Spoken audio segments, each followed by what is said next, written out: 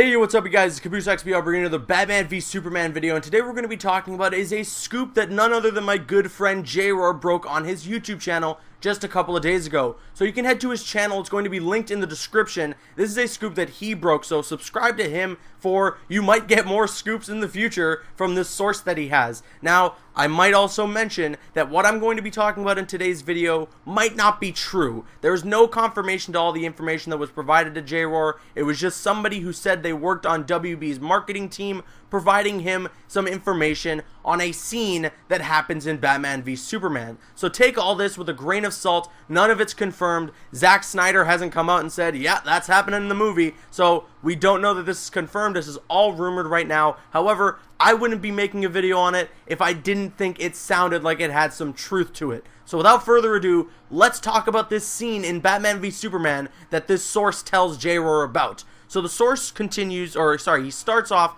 by mentioning that Bruce Wayne is going through a nightmare. Now, whether someone is putting him through this nightmare or if he's just going through a regular nightmare while sleeping, I don't know, but it sounds like he's just having a regular nightmare, and through this nightmare, he actually sees a lot of scenes of tragic things that happened during his life, and they're actually bringing to life some very iconic comic book moments. Now, the first thing we see apparently in this dream sequence is Bruce Wayne's parents being killed, and you can kind of tell that from the shot in the trailer, because we do see a shot in the trailer of Bruce Wayne's parents being killed, and the way it's shot, and that slow motion, and the crisp camera quality, and the vibrant background, it very much looks like a dream sequence. So I can certainly see that there's some sort of validity to Batman going through a nightmare and seeing some of the things that happened during his life, his most tragic moments. Now, after the Bruce Wayne's parents' death, of course, we see the funeral, another shot that we saw in the trailer for Batman v Superman, and then it transitions to none other than Jenna Malone as Barbara Gordon. That's right, Barbara Gordon. She was originally rumored to be playing Carrie Kelly, who is Robin in the Dark Knight Returns storyline. However, from what this scene explains, she is Barbara Gordon, and then the Killing Joke happens. That's right, she opens her door, none other than Jared Leto's Joker is there, shoots her in the spine,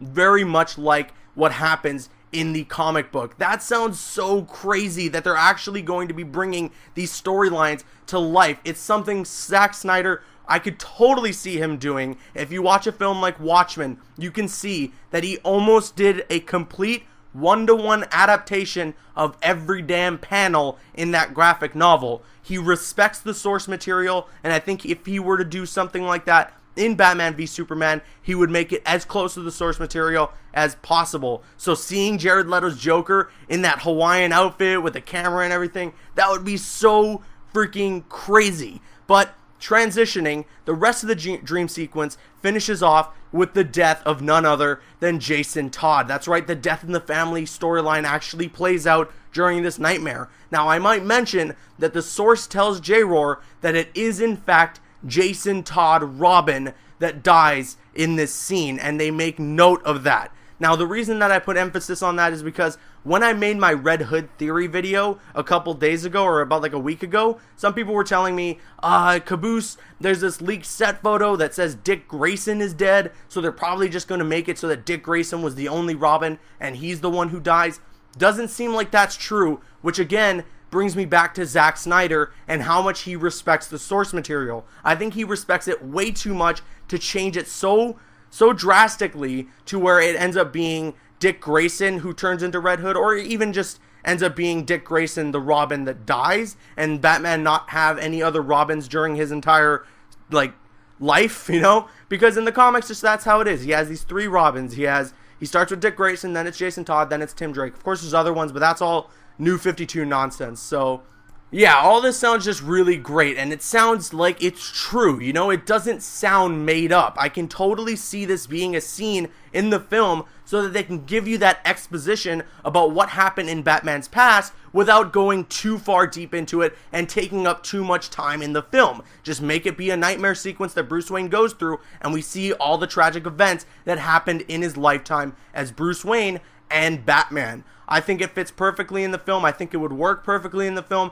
and I'm really going to be excited if that's what happens in Batman v Superman. But what do you guys think? Do you think there's any truth to this? Do you think Jared Leto's Joker is going to cameo in Batman v Superman? I think one way or another we're going to see Jared Leto's Joker in Batman v Superman, just to kind of connect that bridge between Batman v Superman and Suicide Squad. But what do you guys think? Let me know in the comment section below. I'm CaboosXBO. Please follow me on Instagram and Twitter and like me on Facebook. Those links are in the description, as well as J-Roar's channel. Please subscribe to him. Like, favorite, comment, and subscribe. See you guys later.